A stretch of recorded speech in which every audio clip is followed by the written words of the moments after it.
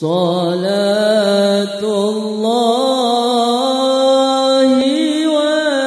وسلام على من أوحي القرآن وأهل بيته الكرام وصحبه ذوي القرآن صلاة الله وسلام على من أوحي القرآن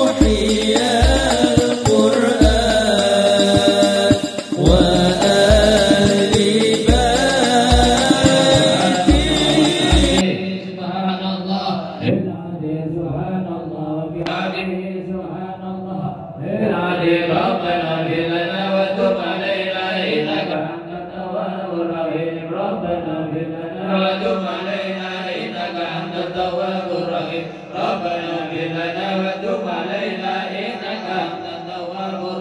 اللهم صل على محمد اللهم صل عليه وسلم اللهم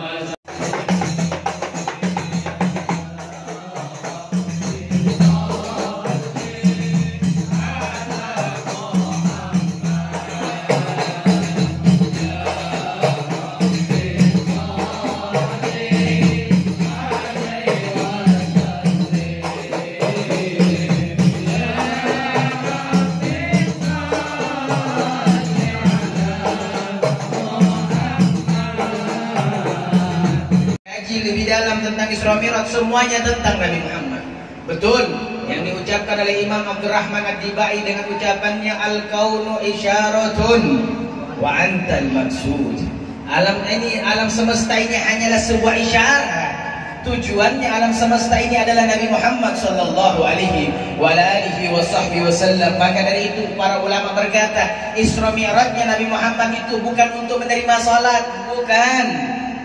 Salat diterima pada perjalanan Isra Mi'raj itu bonus dari Allah Subhanahu wa taala akibat Nabi Muhammad tidak mau meninggalkan Allah, tidak mau berpisah dari Allah ketika terjadi ucapan yang dibenarkan oleh Habib Ali Al-Habsyi, tashhadu fiha zatu lizzat. Perjumpaan zatnya Allah Subhanahu wa taala dengan zatnya Nabi Muhammad, yaitu zatul buhd, dengan zatnya Nabi, keasyikannya Nabi Muhammad dengan Allah hingga tidak mau kembali lagi ke bumi. Maka Allah menghadiahkan Nabi Muhammad agar mau kembali lagi ke bumi, agar mau melepaskan hubungan yang nikmatnya luar biasa dengan Allah, hingga Allah mengatakan, ja'altu laka fis shalah, nikmat yang kau rasakan ini wahai Muhammad, aku jadikan untukmu di dalam salat. Baru Nabi Muhammad mau turun lagi ke bumi. Sallallahu alaihi wasallam.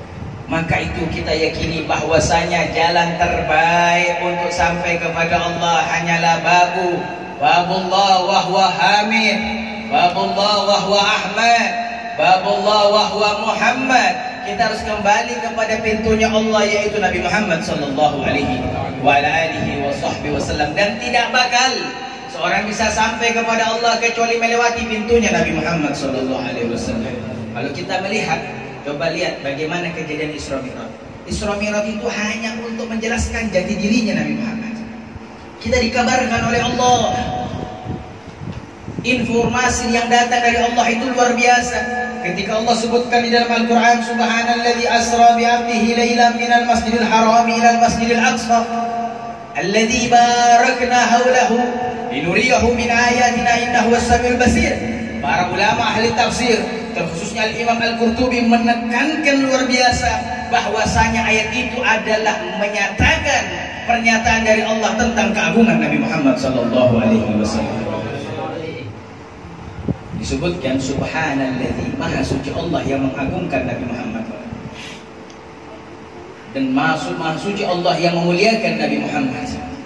Ulama ahli tafsir mengatakan subhanalladzi ay madahallahu nafsah, Allah memuji dirinya, Allah memuji dirinya.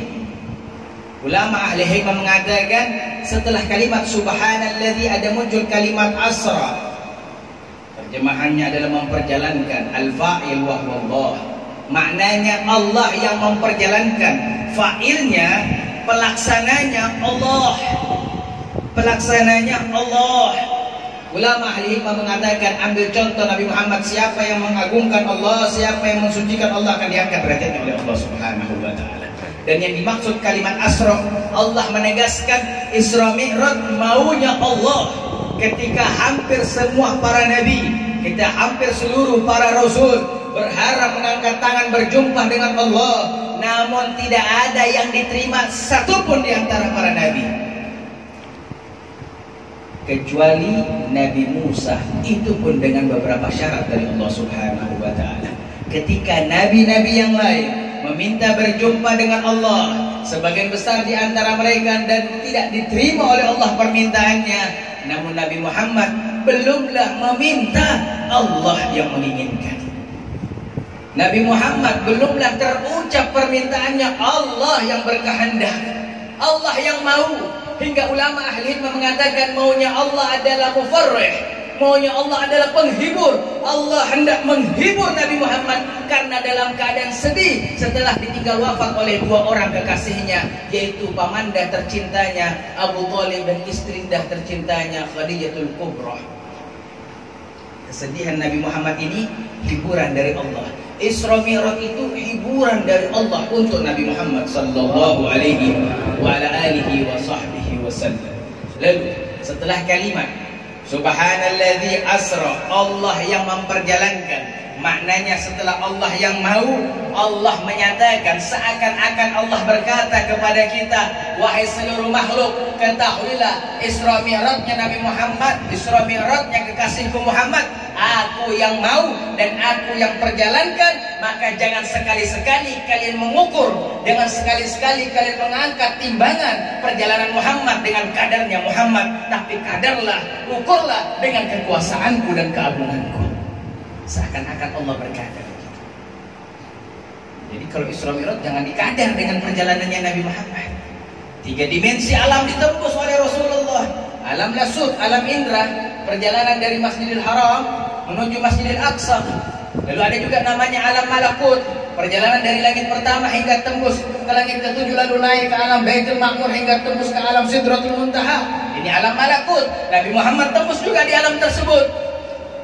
Lalu setelah itu Nabi Muhammad tembus ke dimensi ketiga, yaitu alam lahut, alam ketuhanan yang para malaikat tidak diizinkan oleh Allah Subhanahu wa taala untuk naik ke alam tersebut. Namun pada diri Nabi Muhammad diizinkan. Banyak ulama yang mengungkapkan tabir bagaimana Nabi Muhammad bisa tembus kepada 3 alam tersebut. Di antaranya ulama mengatakan, mengutip daripada riwayat hadis dari sahabat Jabir bin Abdullah, bagaimana Nabi Muhammad tidak bisa tembus terhadap alam ketuhanan sedangkan Nabi Muhammad diciptakan dari nurullah. Bagaimana Nabi Muhammad tidak bisa tembus kepada alam ketuhanan sedangkan beliau tercipta daripada cahayanya Allah. Qala ya Jabir, inna Allah khalaqa qabla al-asya' nuran nabiyyika Muhammadin sallallahu alaihi wasallam bin nuri. Ketahuilah wahai Jabir, bahwasanya yang pertama kali Allah ciptakan di alam semesta ini adalah cahaya kekasihmu, cahaya Nabi Muhammad yang diciptakan dari cahayanya Allah Subhanahu wa taala. Hingga para ulama mengatakan, karena itulah tembus daripada 3 alam, 3 dimensi daripada keagungan Nabi Muhammad yang diberikan oleh Allah Subhanahu wa taala. Maka kalau bahas tentang Isra Mi'raj, akal kita taruh di belakang, iman kita yang taruh di depan. Kalau iman kita taruh di depan, kita akan sandarkan kejadian Isra Mi'raj itu kepada Allah, maka tidak akan ada yang mustahil. Keimanan kita bertambah, keimanan kita semakin kokoh, keimanan kita semakin kuat kalau kita sandarkan